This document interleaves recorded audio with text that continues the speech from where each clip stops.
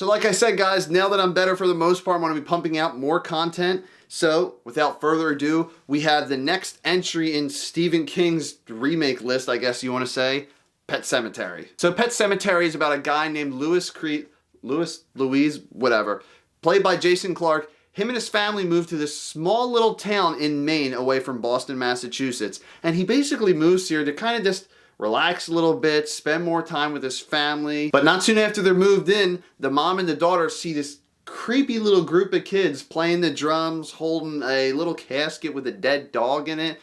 And they're just looking like, something's not right here. So the mom is smart. She's like, I ain't got nothing to do with that. She goes back in the house. She's an irresponsible mother and leaves her kid go wander around in the wild, even though she saw all the creepy kids before.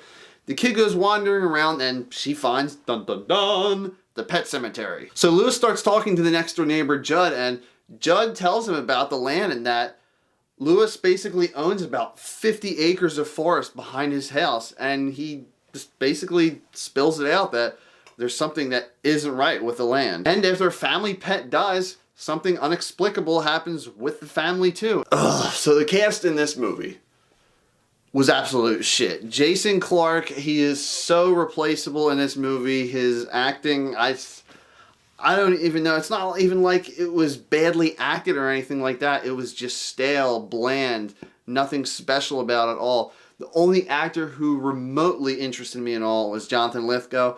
Even though he did state some things earlier in the film, and then the exact same things that he said were bad, he just lets the family do and says, yeah, sure, go ahead if that's what you wanted to do. Even though it happened to me all those years ago and some shit went down, I'll let you do the exact same thing now. Why not? But he was the only actor I at least thought he was putting some effort into. Unless you count the cat. The cat was literally the best freaking actor in the whole entire film. So the twists, or I don't even know if you want to call them twists in the film. If you've seen the original one, or if you read the book, you're going to know what most of the twists were, besides the ending twist. I actually did like the ending twist. That was really cool. And so, if you've seen the second trailer for this movie, if you haven't, don't watch it, because if you haven't seen the first one, if you haven't read the book, if you haven't seen the second trailer for this movie, don't go in blindly, because literally the big twist in this movie is shown, not even like shown for a quick second in the trailer. They focus on that shit in the trailer. So regardless, don't watch the second trailer if you don't want something, a big twist in this film spoiled, because I mean, it already happened to me, and it's a specific moment too involving the kids in this film. There is 2 kids in the film.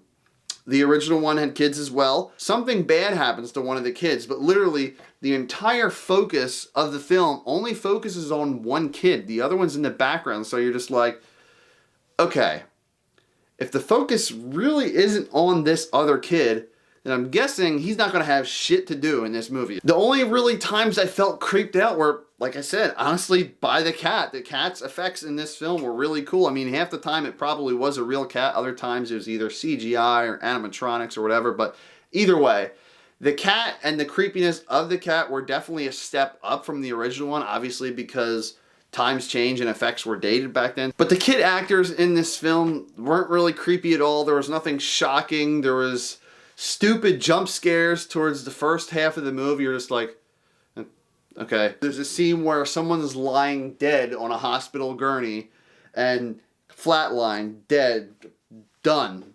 And he goes over to his desk, does something, whoa, he's alive. What? There's not really much to talk about. The acting wasn't really anything special. The creep factor wasn't there at all. Jonathan Lithgow, I sort of liked his character. All the other actors, trash. The soundtrack, I will say, by Christopher Young, the same guy who did Spider-Man 3 soundtrack, which I actually liked despite not liking the movie. But anyway, getting back on track. The soundtrack was decent. The cat, I'm really searching here for stuff that I like, but the cat was really cool. And the twist at the end, I really liked. One other thing I have to nitpick about is there's one scene where Jason Clarke is looking at the 2-year-old kid. The kid's 2. He's like, now, don't open this door for anyone, okay?